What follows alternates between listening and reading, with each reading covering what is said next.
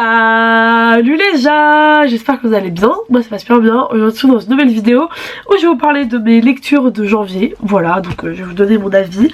J'ai lu 7 livres, donc voilà, je vous laisse voir tout ça, j'espère que ça vous plaira. Générique!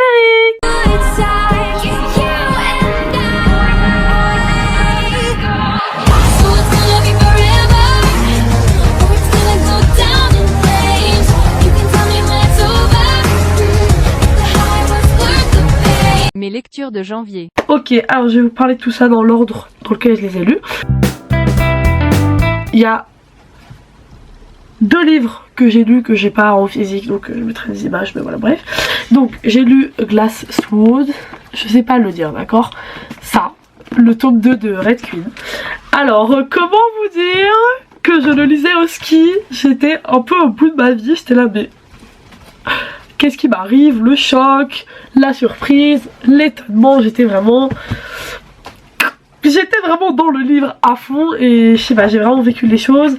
Je l'ai annoté hyper fort, enfin genre vraiment il y a vraiment des endroits où je suis là au pic rouge et tout, je m'énerve, enfin voilà. Donc lui, folie, j'ai corné beaucoup trop de pages. Si je peux vous faire un petit topo sur ce que c'est, je vais pas résumer Glasswood, c'est parce que si vous avez pas vu Red Queen, bah ça va vous spoil Red Queen.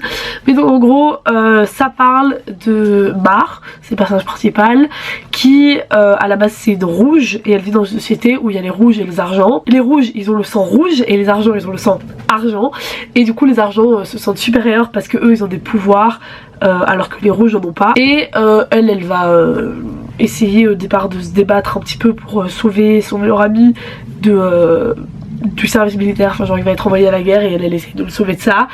Et elle finit par découvrir qu'elle a des pouvoirs, donc il l'envoie au palais royal et je ne vous dis pas ce qui se passe après parce que oui évidemment il y a une famille royale.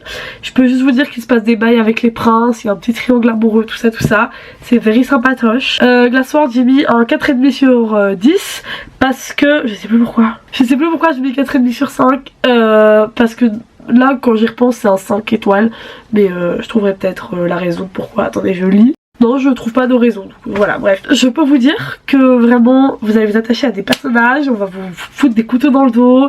Enfin, c'est de la fantaisie dystopique un peu, donc vraiment, ton cerveau ne comprend pas ce qui lui arrive. Et non, vraiment, c'était trop bien. La fin, j'étais en état de choc. J'ai déjà lu le suivant, donc voilà, je suis un petit peu calmée. Mais sur le moment-même, je sais que j'étais vraiment en mode état de choc. La plume de l'autrice est vraiment super simple. Par contre, je trouve qu'il y a énormément de fautes de frappe. Genre je sais pas qui relit ces livres, mais il faudrait peut-être wake up, parce qu'il y a plein de fautes de frappe ou de fautes de français ou des mots qui sont pas accordés correctement et tout. Enfin c'est assez fréquent pour que je puisse dire que c'est notable, genre parce que dans les 3 c'est le cas. Donc il faut changer de relecteur, enfin je sais pas, faites quelque chose les gars parce que c'est bancal, c'est très bancal et nous on n'aime pas la bancalité. Il est classe. Et il en jette. Si vous voulez les lire en français, ils sont traduits. Moi je les lis en traduction parce que vas-y, j'ai trop... Pardon, je suis désolée. Oh la honte. Lisez-les, c'est vraiment de la fantaisie hyper accessible. Enfin l'écriture est vraiment très simple. Je sais pas comment donner mon avis les gars, je suis vraiment super nulle pour faire ça. Donc vous allez pas trop me juger s'il vous plaît. Merci. Alors ensuite, toujours au ski, j'ai commencé Twisted Love que j'ai terminé dans la voiture. Ça me fout le seum parce que la tranche est abîmée, je sais pas si vous allez le voir. J'ai même pas les mots les gars, j'ai pas les mots. Lui, je sais que c'était un 5 étoiles parce que cette lecture, j'arrêtais pas de le voir passer sur BookTok, sur Bookstagram, sur Booktube et j'étais là, vas-y, je vais les tenter. Je vais à la Fnac, popopo. J'avais mon petit bon que j'ai reçu à Noël, je me dis vas-y je le prends. Je teste, parce que les anglais à la Fnac ils sont genre pas trop chers, ils sont à 12 €. Oui par contre celui-là si vous voulez le lire je pense qu'ils sont pas encore traduits malheureusement. Parce que c'est une bombe, tout le monde devrait lire ça. Bref, je me dis vas-y je commence. J'ai commencé ce livre, je me suis fait aspirer dedans. Oh mon dieu! C'est vraiment, c'était tellement addictif, genre vraiment je l'ai dévoré le truc. Il fait 500 pages je pense. Non j'abuse. 350 pages genre, je l'ai vraiment dévoré, c'était une lecture de ouf. Bref, donc je fais un petit résumé. Ça parle de Ava qui vient de se faire larguer, enfin elle s'est pas fait larguer mais son mec l'a trompée. Elle s'en fout parce qu'elle était pas hyper attachée au mec, mais ça a un peu cassé sa confiance en elle qui est un petit peu bancale. Et en plus elle a vécu un traumatisme dans son enfance. Au départ on sait pas ce que c'est mais je vous jure on l'apprend. Et donc elle a perdu tous ses souvenirs avant l'âge de 9 ans. Et de l'autre côté il y a Alex voilà, qui lui a vu ses parents et sa petite sœur mourir devant lui quand il était enfant également, et qui depuis cherche à se venger. Et lui c'est le meilleur ami du frère de Ava. Voilà, le frère d'Ava il va partir, je sais plus où il part, en Amérique du Sud, et il va demander à Alex de s'occuper d'Ava en son absence, en mode de la surveiller et tout, pour être sûr que son ex chiant là qui l'a trompé, il revienne pas la voir et tout. Et au début il est un peu en mode vas-y tu me saoules, mais bon t'es mon meilleur ami, je vais le faire. Je vous laisse deviner que ça va partir en romance, évidemment. Voilà, et donc le livre c'est toute leur romance, et moi j'aime bien quand il y a un aspect un peu psychologique et mystère sur le passé des personnages, comme un peu dans Nevermind, et c'est exactement ce qu'il y avait dans celui-là. Donc voilà, il fait partie d'un univers en fait qui sont les Twisted, et où il y en a 4, c'est un groupe de potes où elles ont 4 justement, et chaque tome est sur une fille. Ils sont interconnectés mais on peut les lire chacun différemment. J'ai déjà acheté le tome 2, j'avoue, je le lirai bientôt parce que j'ai besoin de les lire là, c'est tellement des dingueries. Franchement il est grave beau. J'ai trop aimé parce que j'ai trop aimé, qu'est-ce que vous voulez que je vous dise? Encore une fois ce livre c'est vraiment les romances qui vont vous briser le cœur, puis vous remettre le cœur, puis vous briser le cœur. Trop de choses ressenties dans nos cœurs en fait.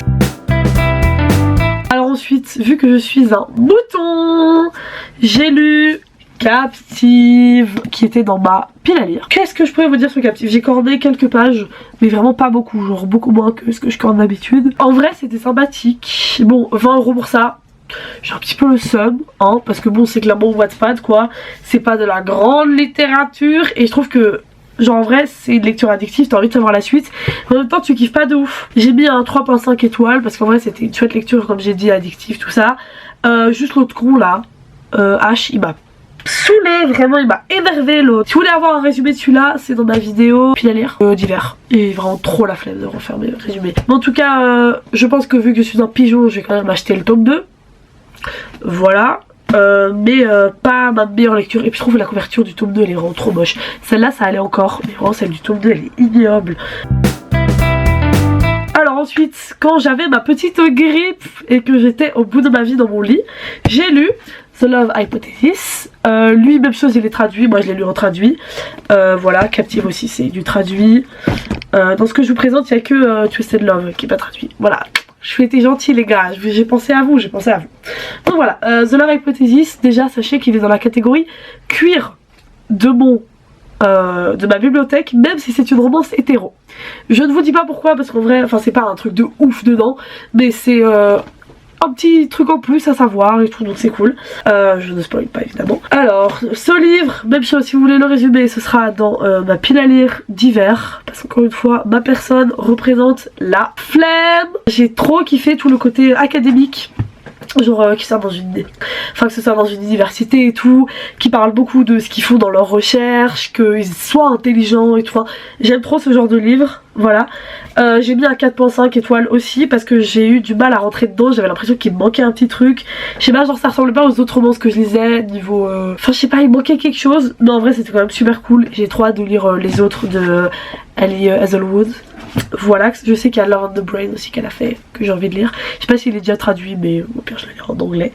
Voilà, mais en vrai très très chouette lecture, vraiment très mignonne. Il n'y a pas beaucoup de...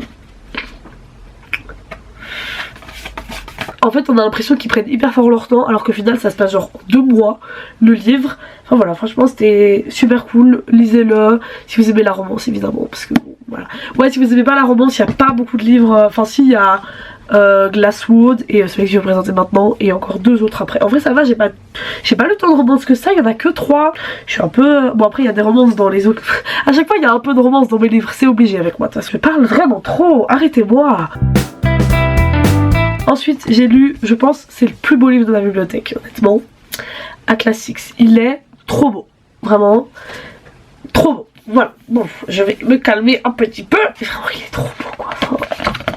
C'est le premier livre Dark Academia que j'ai lu, et je pense que c'est une bonne introduction à l'esthétique du livre, parce que c'est vraiment un livre d'ambiance. Je sais pas, c'est d'ambiance mais vraiment d'ambiance, parce que quand t'es dans le livre tu t'imagines vraiment les pièces où ils sont, toute l'architecture, comment ils sont, soit... enfin je sais pas comment expliquer, c'était vraiment un livre contemplatif, t'avais l'impression qu'il se passait rien et en même temps il se passait des trucs. En fait il y a juste les 30 dernières pages, mon cerveau était en mode qu'est-ce qui se passe ici, quoi. Puis j'ai découvert que c'était le tome 1. il y a une suite, je vais l'acheter évidemment. Et bon, je vais attendre qu'elle soit traduite parce que ça va me déranger d'avoir genre un tome en français et un tome en anglais. Olivia Blake, je sais pas comment on dit. Madame, vous êtes très douée.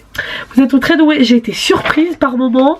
Enfin vraiment c'était pas mal. Même s'il y a des moments où mon cerveau ne comprenait pas, j'étais là. Qu'est-ce que vous racontez les gars, enfin, je suis perdue, Là je vais vous refaire un résumé parce que le résumé que j'ai fait dans ma vidéo puis à lire est super bancal et ça reflète pas vraiment le livre. Donc en gros c'est 6 magiciens qui sont considérés comme les plus puissants du monde qui vont aller s'éduquer pendant un an pour rentrer dans une société secrète, sauf qu'il y en a que 5 sur les 6 qui pourront rentrer, donc il y en a un qui va être disqualifié. Voilà, je ne vous dis pas comment, je ne vous dis pas pourquoi, je ne vous dis pas qui ce sera. Ce que j'ai beaucoup aimé aussi, c'est au début des parties, parce que chaque fois il y a des parties différentes. Déjà le nom des parties sont hyper stylés, et il y a des dessins à chaque fois des personnages, j'ai trop kiffé, et le nom des parties est super stylé. Et la citation au début, méfiez-vous de celui qui vous affronte les mains vides. Si à ses yeux vous n'êtes pas la cible, alors vous pouvez être certain que vous êtes l'arme. C'est hyper stylé. Pardon, je me casse. Ça c'était les livres que j'ai en physique, de manière physique. Maintenant je vais vous parler des 2 autres que j'ai pas en physique parce qu'il y en a un qu'on m'a prêté et l'autre je l'ai prêté. La suite c'est mon premier roman graphique. J'ai lu Le Jardin Paris. Je mettrai une petite image là et des graphismes parce que du coup vu que c'est de BD, enfin un roman graphique, il faut voir à quoi ça ressemble. Comment je peux vous résumer ça? Ça parle d'un garçon, sa maman elle gère un cabaret, il s'appelle Rose et il va commencer à faire des spectacles pour le cabaret de sa mère. Il va aussi se déguiser en femme quand il sort dans la rue et tout. Il va rencontrer, enfin c'est un peu toute son histoire dans le cabaret. Il va rencontrer un de ses admirateurs de ses numéros et tout. On va voir leur histoire qui se développe. Elle était hyper ambiguë leur histoire, ça m'a perturbée. C'était grave une lecture hyper mignonne. Je l'ai lu en 45 minutes parce que bon c'est une BD quoi, j'allais pas mettre 3 jours. Franchement trop cool et ça m'a vraiment donné envie de lire beaucoup plus de romans graphiques. J'ai trop aimé toutes les fleurs comme on dit parce que vu que c'est un jardin, le nom de chaque madame qui travaille dans le cabaret c'est un nom de fleur. Je sais pas, j'ai trop aimé toute l'ambiance, toute la colorimétrie dans le truc. J'ai trop aimé Rose, vraiment Rose le sang genre.